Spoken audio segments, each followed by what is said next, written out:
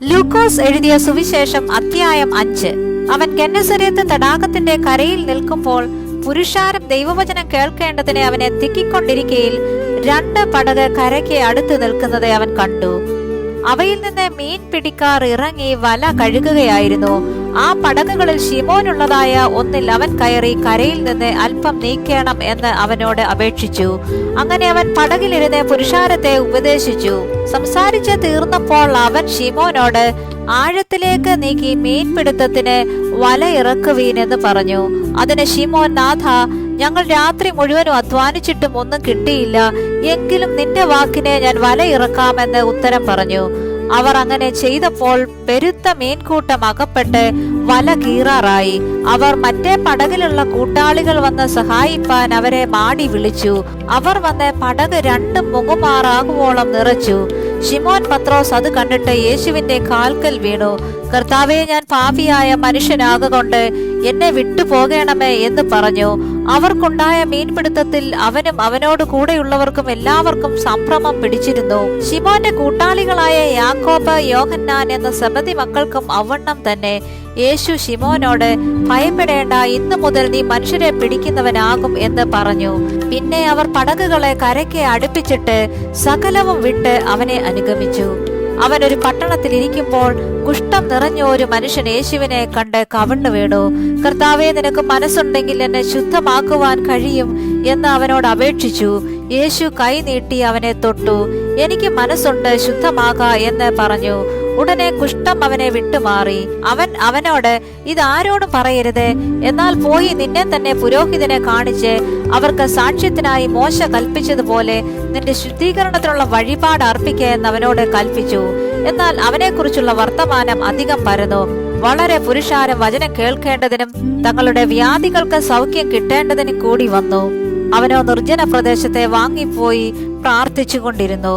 അവൻ ഒരു ദിവസം ഉപദേശിക്കുമ്പോൾ ഗലീലയിലും യഹൂദിയയിലുമുള്ള സകല ഗ്രാമത്തിൽ നിന്നും യെരുശലേമിൽ നിന്നും വന്ന പരീശന്മാരും ന്യായശാസ്ത്രിമാരും അവിടെ ഇരുന്നു.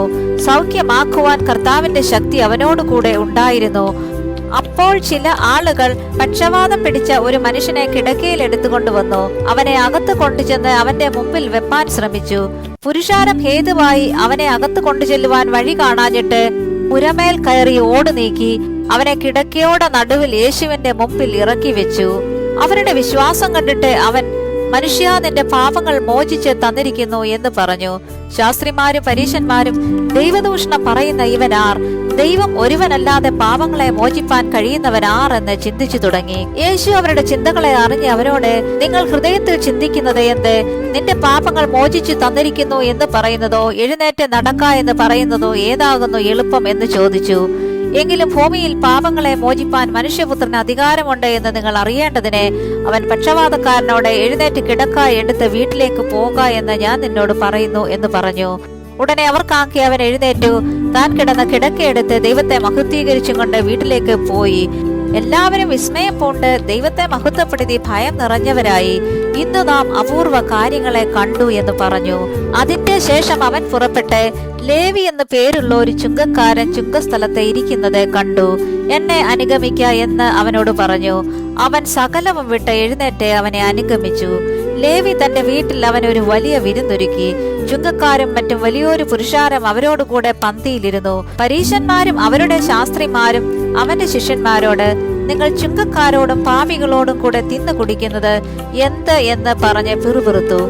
യേശു അവരോട്, ദീനക്കാർക്കല്ലാതെ സൗഖ്യമുള്ളവർക്ക് വൈദ്യനെ കൊണ്ട് ആവശ്യമില്ല. ഞാൻ നീതിമാന്മാരെ അല്ല, പാപികളെ അത്രേ മാനസാന്തരത്തിന് വിളിപ്പാൻ വന്നിരിക്കുന്നത് എന്ന് ഉത്തരം പറഞ്ഞു.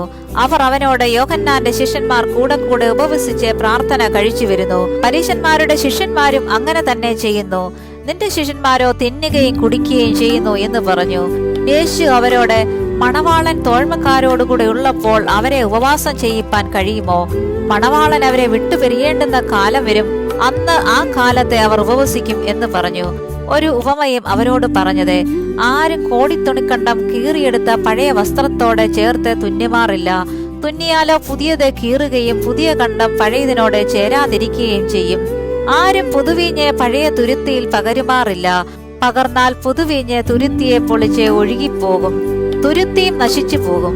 പുതുവീഞ്ഞ് പുതിയ തുരുത്തിയിൽ അത്രേ പകർന്നു വെക്കേണ്ടത്. പിന്നെ പഴയത് കുടിച്ചിട്ട് ആരും പുതിയത് ഉടനെ ആഗ്രഹിക്കുന്നില്ല, പഴയത് ഏറെ നല്ലത് എന്ന് പറയും.